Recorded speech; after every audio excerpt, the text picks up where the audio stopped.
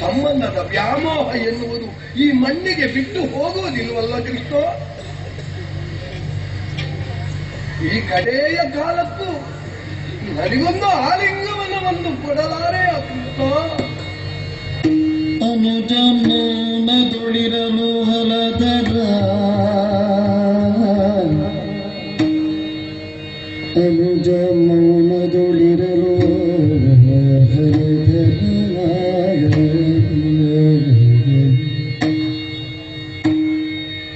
ಅನಘನನು ಕೊನೆಗೊಮ್ಮೆ ತಪ್ಪಿರೇ ಅನಘನನು ಕೊನೆಗೊಮ್ಮೆ ತಪ್ಪಿರೇ ತಮ್ಮ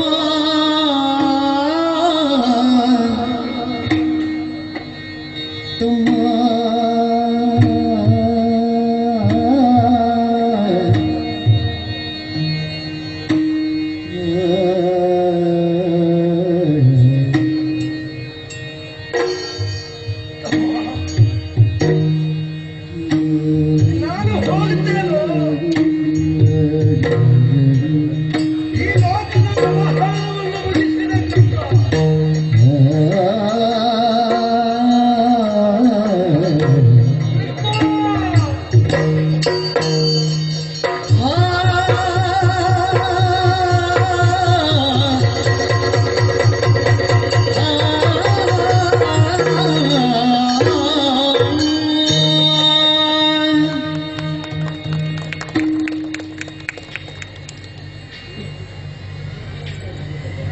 ತಲೆ 1000 ಇದ್ದರೆ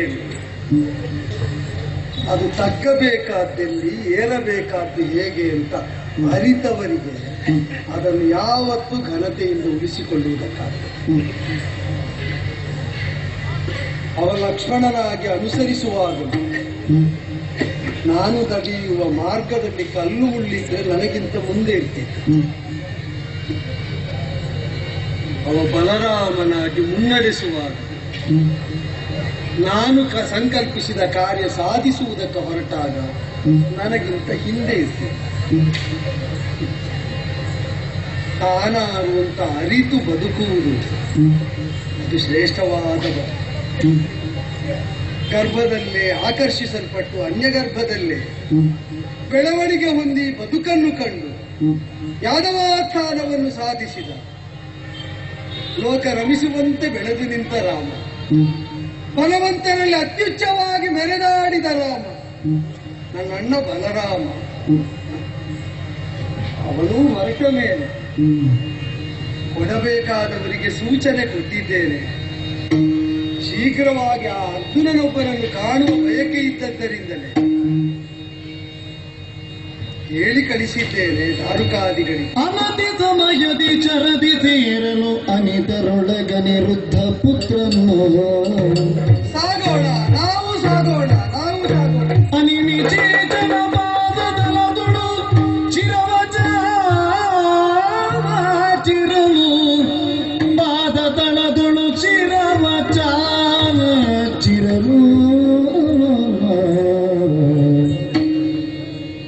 ಕಂದಬಾ ಯದುವಂಶ ಸಾಗರ ಚಂದ್ರಮನೆ ಕಂದ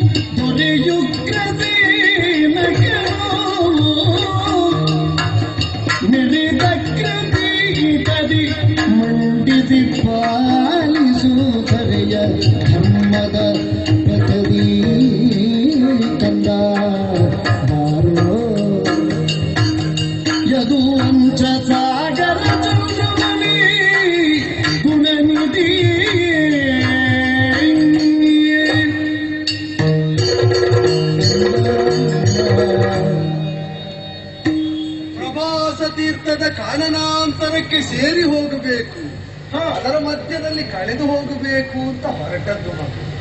ನನ್ನನ್ನು ಶೀಘ್ರವಾಗಿ ಬರ ಹೇಳಿದ್ರಿ. ನಿನ್ನ ಮುಖ ಕಂಡಾಗ ಎಲ್ಲವನ್ನು ಮುಗಿಸುವ ಕಾಲದಲ್ಲಿ ನಿರಾಶೆ ಬೇಡ ಅಂತ ಕಾಣ್ತದೆ. ಯದುವಂಶದಲ್ಲಿ ಕಿಡುಕಿನ, ನಂಜಿನ, ಅಧರ್ಮದ ಅಂಕುರಗಳೇ ಬೆಳೆದವಲ್ಲ ಅಂತ ನಾನು ಹತಾಶೆ ಅನುಭವಿಸುವ ಸ್ಥಿತಿ ಬಂದಾಗ ಧರ್ಮದ ದೀಪ್ತಿಯಾಗಿ ನೀನಿದ್ದಿ ಅಂತ ತೋರಿಕೊಡುವುದಕ್ಕೆ ನನಗೆ ಮುಖ ತೋರಿಸ್ತಾ ಬಂದೇವ ಹೇಗೆ? ಹಾಗೆ ಒಳ್ಳೆದಾಯ್ತು. ಅನಿರುದ್ಧ ಪುತ್ರ ವಜ್ರನ ವಜ್ರ ಅಂತ ಪ್ರೀತಿಯಿಂದ ನಿಮ್ಮನ್ನು ಕರೆಯುವುದು. ಹೌದು, ಕೇಳಿದ್ದೆಲ್ಲ. ಆ ಬಳಿಕ ನಿನ್ನನ್ನು ಕಾಣುವುದಕ್ಕೆ, ಸರಿಯಾಗಿ ಮಾತಾಡುವುದಕ್ಕೆ ಆಗಿರಲಿಲ್ಲ. ಅವಿವೇಕಕ್ಕೆ ಆಶ್ರಯವನ್ನು ಕಲ್ಪಿಸಿ ಮುನಿಜನರನ್ನು ಕೆಣಕುವುದಕ್ಕೆ ಹೊರಟ ಯಾದವ ಪಾಳಯದೊಳಗೆ ವಿವೇಕದ ಧ್ವನಿಯಾಗಿ ಕಾಣಿಸಿಕೊಂಡವನು, ಕೇಳಿಸಿಕೊಂಡವನು ನೀನೊಬ್ಬನೇ ಅಂತೆ. ಹೌದಾ? ಹಿರಿಯರಾದರೂ ಆಗದೇ ನನಗೆ ನಿರ್ವಾಹ ಇರಲಿಲ್ಲ. ಕೃಷ್ಣ ಏನು ಮಾಡಿದ್ದಾನೆ?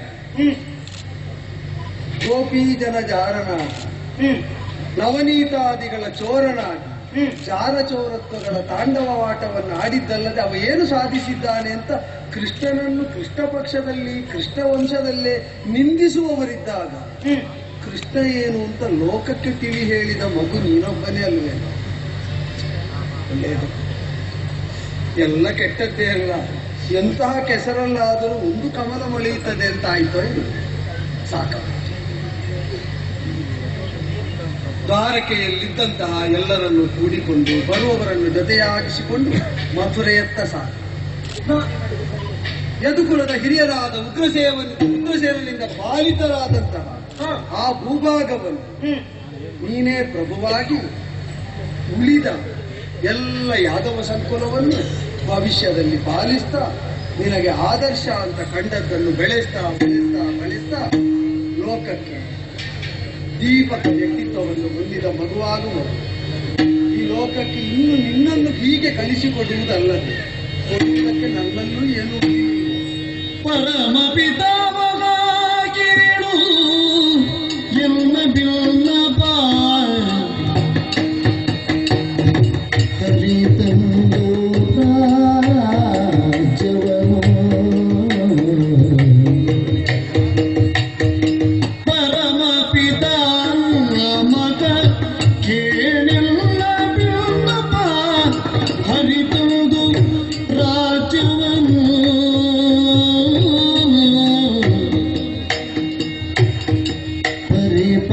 ಪರಿಪಾಲಿಸುತ್ತನೆಂಬ ಸುಪಥದುಳ್ ನಡೆಯಿತಿ ಪರಿಪಾಲಿಸುತ್ತನೆಂಬ ಸುಪಥದುಳ್ ನಡೆಯಿಸಿ ಪರಿತೋಷಗೊಳಿಸೆನು ಪರಮ ಪಿತಾಮಹ ಕೇಳು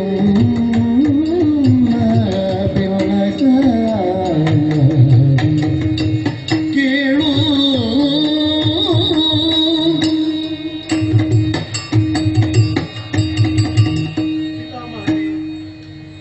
ನಾನು ಆಡ್ತಾ ಇದ್ದರೆ ಕಣ್ಣಾಲಿಗಳನ್ನು ತುಂಬಿಸಿಕೊಂಡೆಯಲ್ಲ, ಏನಾಯ್ತು?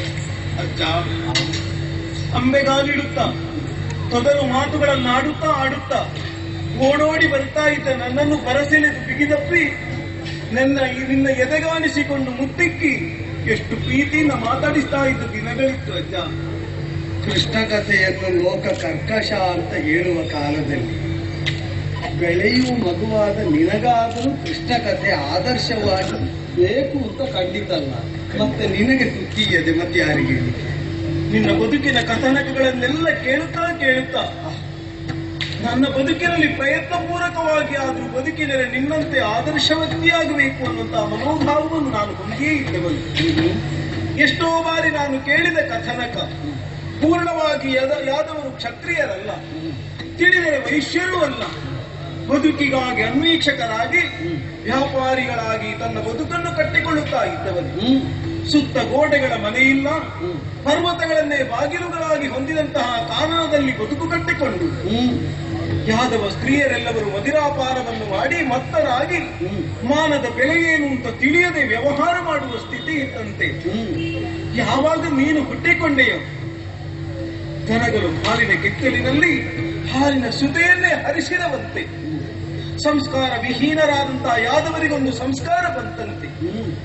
ಯಾದವ ಸ್ತ್ರೀಯರೆಲ್ಲರೂ ಕೂಡ, ಗೋಪಿಗೆಯರೆಲ್ಲರೂ ಕೂಡ ಮಾನದ ಬೆಲೆಯನ್ನು ತಿಳಿದು ಮೈಗೆ ಉಟ್ಟುಕೊಳ್ಬೇಕು ಬಟ್ಟೆಯನ್ನು ಅನ್ನುವಂತಹ ಬಟ್ಟೆಯನ್ನು ತೋರಿಕೊಟ್ಟೆಯಂತೆ. ನೀನು ಹೆಚ್ಚೇನು ಸಂಕಷ್ಟ ಹೊಂದಿದ್ದಂತಹ ಯಾದವರಿಗೆ ಸಂತುಷ್ಟಿಯನ್ನು ಒದಗಿಸಿಕೊಡುವುದಕ್ಕಾಗಿ ಪಟ್ಟವಲ್ಲ ಕಂಚನನ್ನು ಮರ್ದಿಸಿ ಆ ಮೂಲಕವಾಗಿ ಯದುಕುಲಕ್ಕೆ ಒಂದು ದಾರಿದೀಪವಾದ ಅಜ್ಜ ನೀನು.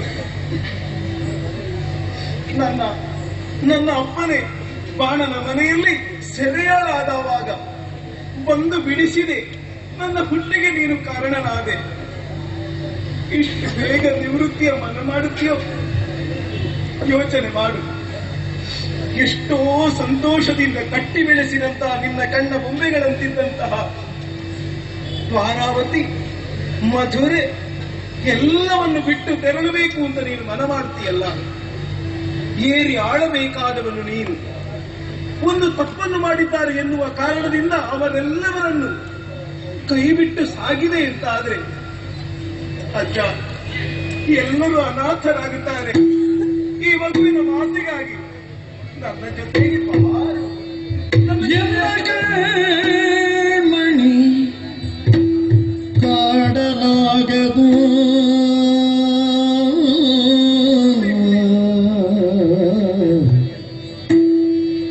ಎಲ್ಲ ಕಣ್ಮಣಿ ಕಾಡಲಾಗದು.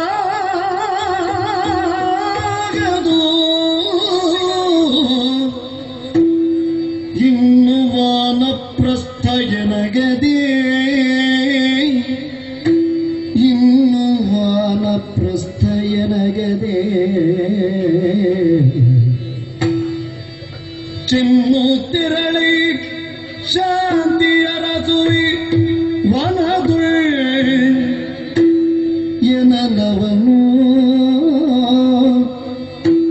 ಇನ್ನು ವಾನಪ್ರಸ್ಥ ಎನಗದೆ ಚಿನ್ನು ತಿರಳಿ ಶಾಂತಿಯ ರಸುವಿ ವನದುಳ್ ಎನಲವನು. ಎನ್ನಯ ಕಣ್ಮಣಿಯೇ ಕಾಡಲಾಗದು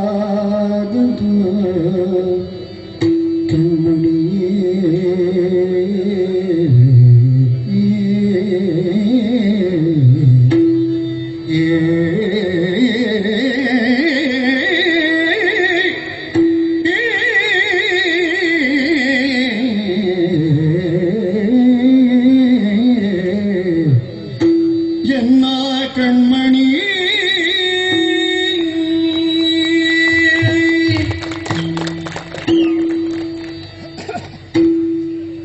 ಅಭವ ಅಂತ ನನ್ನನ್ನು ಕರೆದವರಿದ್ದಾರೆ ಅನೇಕ ಪ್ರಾಜ್ಞರು. ಹುಟ್ಟಿಲ್ಲದವನು ಅಂತ. ಅವನಾದರೂ ಹುಟ್ಟಿದವನಂತೆ ಕಾಣಿಸಿಕೊಂಡು ಈ ಭವದಲ್ಲಿ ಯಾಕೆ ಬರ್ತಾನೆ ಅಂದ್ರೆ, ಮಗು ಈ ಭಾವಕ್ಕಾಗಿ ಬರ್ತಾನೆ. ಭಾವೋ ಹಿ ಭವಕ. ಭವಕ್ಕೆ ದೇವರಿಂದ ತೊಡಗಿ ಜೀವರೆಲ್ಲರೂ ಬರುವುದು ಈ ಭಾವಕ್ಕೆ. ಯುಗಾಂತರದಲ್ಲಿ ಭೂಮಿಯನ್ನು ಆಳುವುದಕ್ಕೆ ಕೋದಂಡ ದೀಕ್ಷಾ ಗುರುವಾಗಿ ಅಕಳಂಕ ಚರಿತ್ರನಾದಂತಹ ಶ್ರೀರಾಮಚಂದ್ರ ಅವತರಿಸಿದ. ಹೊರಡುವ ಕಾಲದಲ್ಲಿ ನಾನು ನೆನಪಿಸಿಕೊಳ್ತೇನೆ. ಚಿತ್ತವನ್ನು ಹುತ್ತವಾಗಿಸಿಕೊಂಡು ಮೈ ಮೇಲೆ ಬೆಳೆದ ಹುತ್ತವನ್ನು ಲಕ್ಷಿಸದೆ ರಾಮಧ್ಯಾನ ಪರನಾಗಿ ವ್ಯಾಧನಾಗಿದ್ದವನು ಯೋಗಿಯಾಗಿ ಮೇಲೆದ್ದು ವಾಲ್ಮೀಕಿ ಎನಿಸಿದವನು ರಾಮನ ಕಥೆಯನ್ನು ರಾಮನಿಗೆ ಕೇಳಿಸಿದನಂತೆ. ಬದುಕಲ್ಲಿ ನೀನು ನನಗೆ ಕೊಟ್ಟ ಬೆಳಕೇನು ಅಂತ ಆ ಯೋಗಿ ರಾಮನ ಸಭೆಯಲ್ಲಿ ಕುಳಿತು ರಾಮನೇ ಕೇಳುವ ಹಾಗೆ ತಾನು ಬೆಳೆಸಿದ ಮಕ್ಕಳಿಂದ, ರಾಮನ ಮಕ್ಕಳಿಂದ ಹಾಡಿಸಿದನು. ಅದಕ್ಕೆ ಭೂದೇವಿ ಯಾವತ್ತೂ ಹೇಳಿದ್ದು ಹ್ಮ್ ಕೃತಜ್ಞರಾದವರಿಗೆ ಅಸತ್ಯವಂತರಾದವರನ್ನು ಬರುವಲ್ಲಿ ನಾನು ಹೇಸುತ್ತೇನೆ. ಹ್ಮ್ ಅವರಿಗೆ ಪ್ರಾಯಶ್ಚಿತ್ತವೂ ಇಲ್ಲ. ದೇವರೇ ಇಳಿದು ಬಂದಿದ್ದಾನೆ, ಅವ ಏನು ಕೊಟ್ಟಿದ್ದಾನೆ ಅಂತ ಅವ ಹೊರಟ ಕಾಲದಲ್ಲಿ ಸ್ಮರಿಸುವವರೇ ಇಲ್ಲ ಅಂತಾದರೆ, ಆ ಯುಗದಲ್ಲಿ ವಾಲ್ಮೀಕಿ ಈ ಭೂಮಿ ಕೃತಜ್ಞರ ನೆಲೆಯಲ್ಲ, ಕೃತಜ್ಞರ ನೆಲೆ ಅಂತ ತೋರಿಸುವುದಕ್ಕೆ ರಾಮಾಯಣ ಬರೆದ. ದ್ವಾಪರದಲ್ಲಿ ಕೃಷ್ಣನಾಗಿ ನಾ ಹೊರಟು ನಿಂತಾಗ ನನ್ನ ಮಗುವಿನ ಕಣ್ಣಿನ ಕೃಷ್ಣಮಣಿಯಿಂದ 2 ಬಿಂದು ನೀರು ಬಿತ್ತು ನೋಡಿ. ಕೃಷ್ಣನಿಗೆ ಸಾಕು. ಆ ನೀರು ಬಿದ್ದದ್ದು ಕಣ್ಣಿನ ಕೃಷ್ಣಮಣಿಯಿಂದ. ಕೃಷ್ಣನ ಬದುಕಿನ ನೋಟ ಸಿದ್ಧಿಸಬೇಕಾದರೆ ತಮ್ಮ ಕಣ್ಣಿನ ದೃಷ್ಟಿಕೋನ ಸರಿಯಾಗಿರಬೇಕು. ಕೃಷ್ಣನನ್ನು ಕಂಡ ನೋಟ ಸರಿ ಇದ್ದದ್ರಿಂದ ಅಲ್ಲಿ ನೀರು ಬರುತ್ತೆ.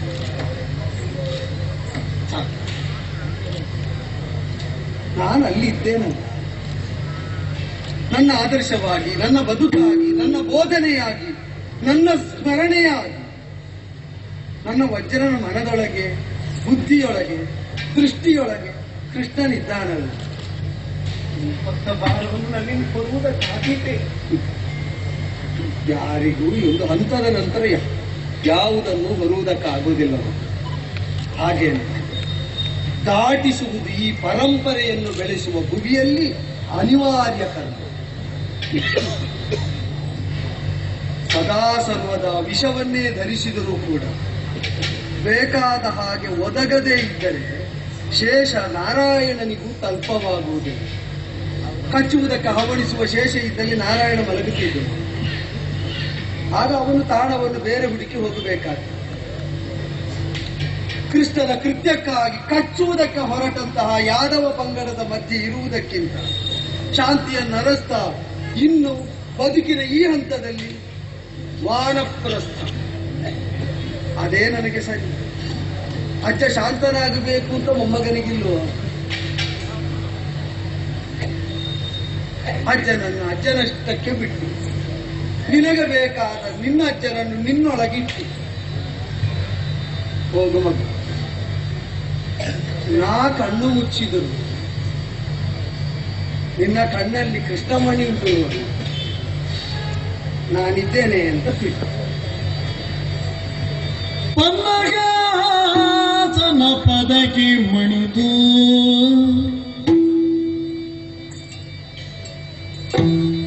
ಪನ್ನಗಾಸನ ಪದಕಿ ಮಣಿದು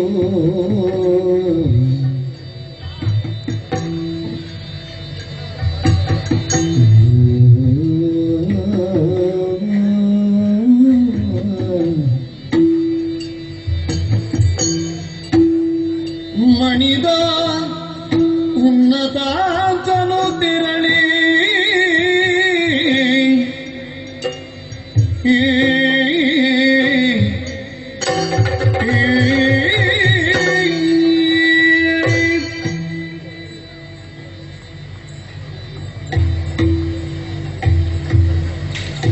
ಎಲ್ಲರನ್ನು ಸಂಧಿಸಿ ಆಯಿತು. ಅವೊಬ್ಬ ಬರಬೇಕು.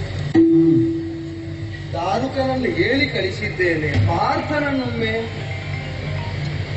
ಅವ ಬರುವಾಗ ನಾನಿರ್ತೇನೋ, ನಾನಿರುವಾಗಲೇ ಅವ ಬರ್ತಾನೋ ಗೊತ್ತಿಲ್ಲ.